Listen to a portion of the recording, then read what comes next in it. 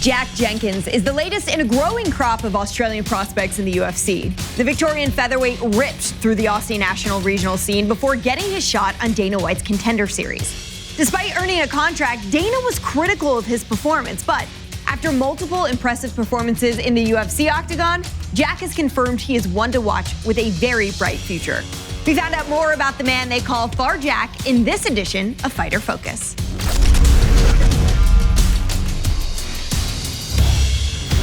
Phar Jack Jenkins. A lot of the MMA masses are excited to see this man compete. My fighting style would be high pace.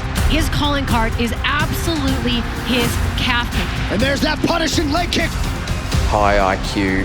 This kid can get it done absolutely anywhere. And high violence. Ooh. From the first moment that I decided that I was going to fight, I wanted to be the champion in the UFC. Trust me when I say Jack Jenkins is one to watch. Phar Jack Jenkins.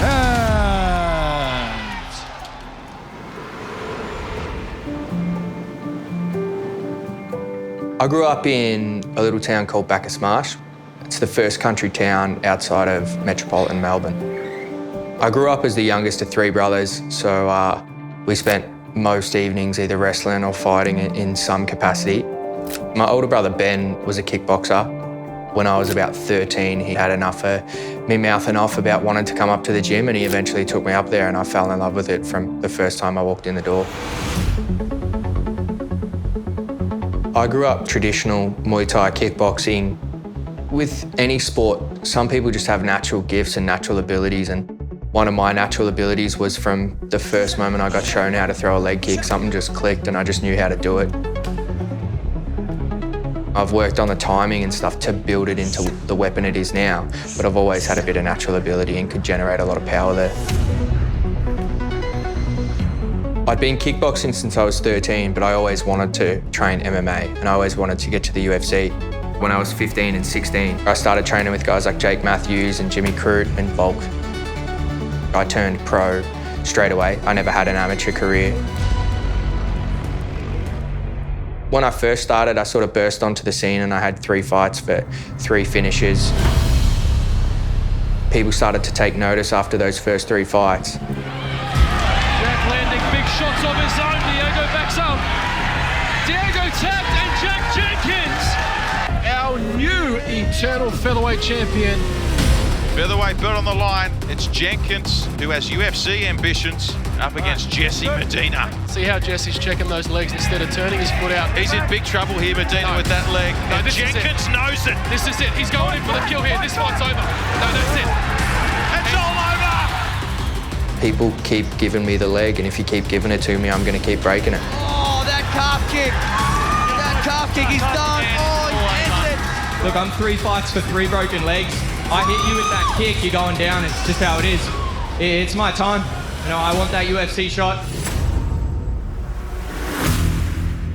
I got my call to go on Dana White's Contender Series. Jack Jenkins trying to join the exclusive group that has earned their way to the UFC off of Dana White's Contender Series.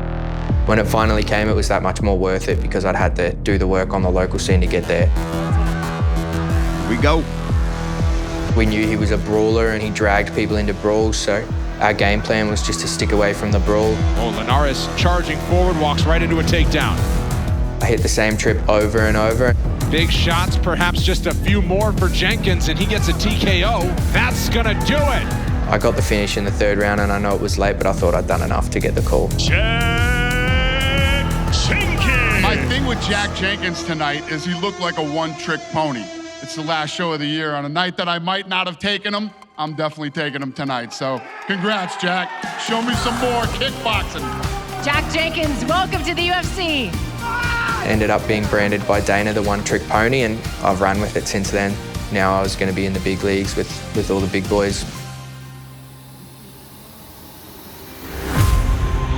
Dateline, Perth, Western Australia. It has been a long 4 years, but at long last, the Octagon has returned to the land down under, and man, have we brought the goods. You sacrifice a lot to get yourself in the position where you put yourself in front of the UFC eyes and get that call up. And You know, every sacrifice I ever made became instantly worth it when I walked out at UFC Perth. What a response as Melbourne's Jack Jenkins gets set to make his UFC debut. Safe to say that fan response suggests that a lot of the MMA masses are excited to see this man compete. I love fighting in front of the Australian fans. It's the best feeling in the world. I was just grateful that I got to make my debut in my home country. Dana White called him playfully a one-trick pony, but what he didn't know was that Jack Jenkins has actually broken the legs of 3 of his last 5 opponents. This kid can get it done absolutely anywhere. I have a very unique ability to switch on quickly as soon as the cage door shuts, and it's victory by any means necessary. And we are in action straight away. Massive knees from Jenkins. And now Jenkins going to work. Beautiful combination. Oh! One kick, and you can see the damage. I've been kicked pretty hard myself. Once you feel how hard a good leg kick is, it makes you understand the value of being on the other end of it. We know about this calf kick trend. It just sounds different from Jenkins.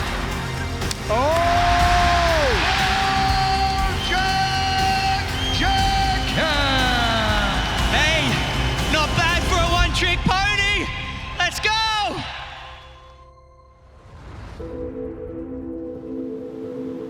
Once my coach had taken me down to rounds at a different gym, and it was all fully grown men, and we did round after round after round, and by the end of the session I got up and said, anyone want to do more? And my coach looked at me and said, you're like Phar Lap, mate, you just keep going. And I looked back at him and said, nah, I'm Phar Jack, and then it kind of stuck from there, and I've kind of rolled with it. Phar Lap's probably our equivalent to a Secretariat or a Seabiscuit, one of these big horses. Probably signifies for a lot of people here hope during bad times, and he's one of our greatest athletes.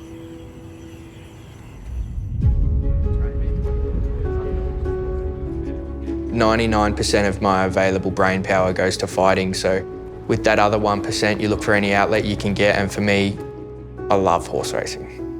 My family have a bit of an affinity with the sport, and yeah, I've kind of taken that to the next level. Phar Lap was known mostly for his will to win and his ability to do it against the odds. You know, when they put a lot of weight on his back, he still managed to do it.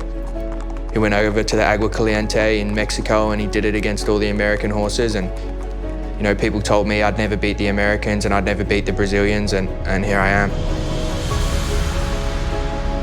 A lot of people don't understand the competitive edge that those jockeys are trying to get on each other. Everyone's looking for a way to be 1% better than the people they're competing against, and that's something that translates between fighting and horse racing. Another similarity is horse racing is as dangerous as it gets. If you do have a fall, the chances that it's going to be life-threatening or potentially life-ending is huge. So horse racing is more dangerous than fighting in many ways. When people think about Phar Jack Jenkins, I want people to think about a kid from Bacchus Marsh who just never gave up. Not a one-trick pony, this man's a striker. He's a deadly assassin in every area of mixed martial arts. I've always had a chip on my shoulder, and I want to prove people wrong. I want to prove to people that not only I belong here, but I belong at the very pinnacle of this division. I'm not just a one-trick pony.